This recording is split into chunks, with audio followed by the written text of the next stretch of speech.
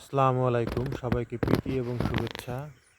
দেশ এবং দেশের বাহিরের যারা আছেন আমার ভিডিও দেখেন, সবাইকে একরাশ অভিনন্দন। তো সবাই ভালো আছেন আশা করি।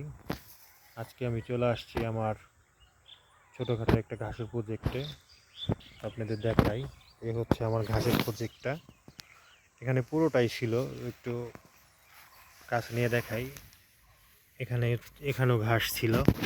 তো এই ঘাসগুলো ছোট ছোট ছোট ছোট হওয়ার কারণ হচ্ছে কি, আমার বর্ষার সময় আসলে পুরো জমিটাতে আমি ঘাস মারা গেছে। তো এখানে পুরোটাই ঘাস ছিল, বর্ষার সময় সব ঘাসগুলো মারা গেছে। তো মারা যাওয়ার কারণে আমি এখানে জমিটা পরিষ্কার করে পেঁয়াজের চারা রোপণ করছিলাম। তো এখন এই জমিটা ফাঁকা। তো দেখেন ওই যে চারপাশ দিয়ে ঘাস আছে।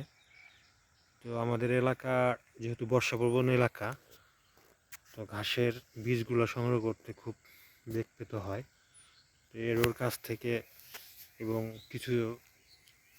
কিছুই ছিল, ওই ওই জায়গাটা টান ছিল, ওইখান থেকে কিছু সংগ্রহ করে এগুলা করছি দেখেন।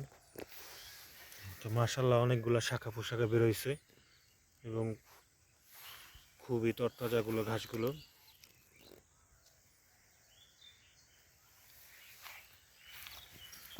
এই ঘাসের একটা থেকে আর একটা 18 থেকে 20 ইঞ্চি হলে সবচেয়ে বেশি ভালো হয়, কারণ অনেকগুলো শাখা পোশাকও বের হয়। আর যারা গরুর খামার আছে, গরুগুলো এগুলো খুব আয়েশি করে এই ঘাসগুলো খেয়ে থাকে। তো আমার এই জমিটাতে আমি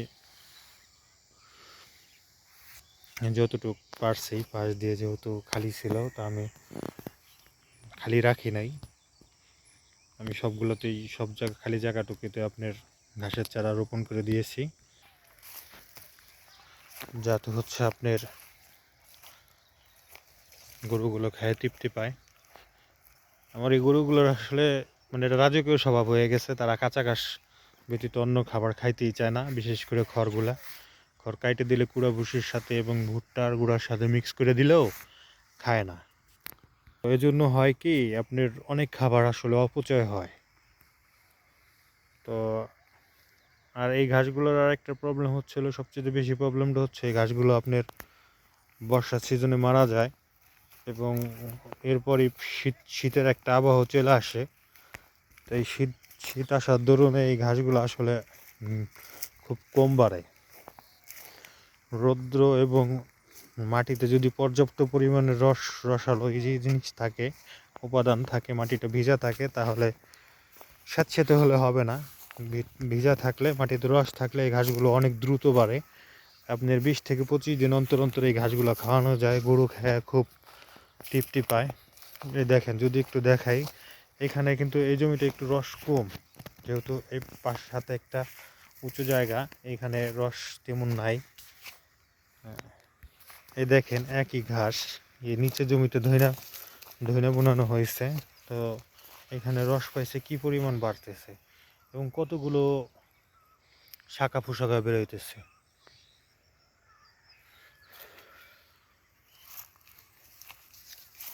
তো আমার একটা আপনাদের কাছে অনুরোধ, আপনারা যারা যেখানে আছেন, তারা কেউ বেকার বসে থাকবেন না।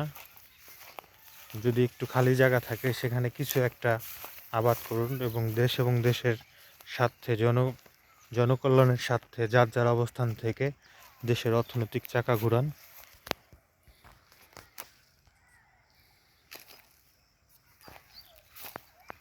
এই যে দেখেন, বর্ষার সিজনে ছিল, এখান থেকে এই যে এই পর্যন্ত হয়েছে, বড় হয়েছে এবং ওইগুলা মারা গেছে।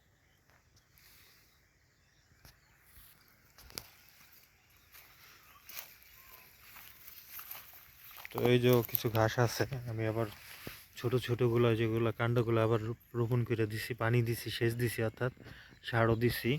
তো মাশাল্লাহ ভালোই হইতেছে। তো এগুলো বড় হবে, আমার গরুগুলো খেয়ে তৃপ্তি পাবে। এখানেও কিছু ঘাস হয়েছে,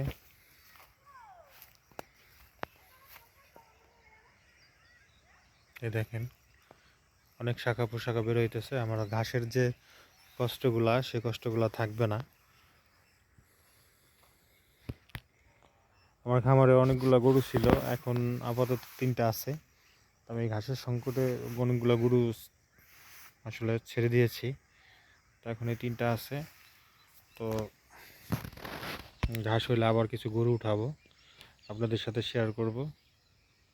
সবাই ভালো থাকবেন, সুস্থ থাকবেন, নিজের শরীরের যত্ন নেবেন। সবাইকে প্রীতি এবং শুভেচ্ছা। আমার চ্যানেলটিকে লাইক কমেন্ট করবেন এবং যদি আপনাদের ভালো লাগে তাহলে সাবস্ক্রাইব করবেন। আল্লাহ হাফেজ।